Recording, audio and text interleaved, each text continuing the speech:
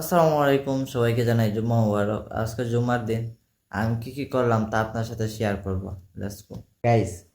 সকাল 9টার সময় ঘুম থেকে উঠার কথা, উঠতে উঠতে 11টা বাজছে। শুক্রবার তো একবারে ফিরি না হাঁটাইয়া ঘুম হয়েছে।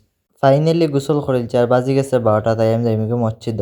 আর জুম্মাবারে যত আগে যাইতে পারবা মসজিদ তত সোয়াব। আর জুম্মাবারে যদি বালুর মাঝে খুশবু আতর না লাগাইলে কি হয়, তাই আমি বালুর মাঝে একটা আতর লাগাইলাম, অনেক ভালো গ্রান। ফাইনালি জুম্মার নামাজ পড়িয়া এখন আমি সাদুয়াইয়া বুয়া তোরা তোরা মেঘর গুড়া রইদ দের তোরা তোরা।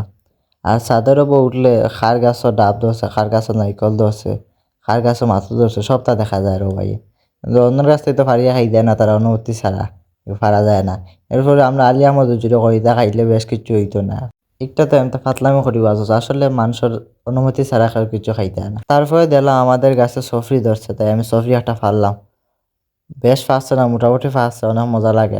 আর আমি ছাদে বইয়া বইয়া খাই, আর উপরে তো দেখা খুব সুন্দর ওয়েদার এবং সাইটেরও প্রকৃতি খুব সুন্দর সুন্দর লাগে। ছাদে উঠলে দেখতে পারবো আপনারা সুন্দর প্রকৃতি।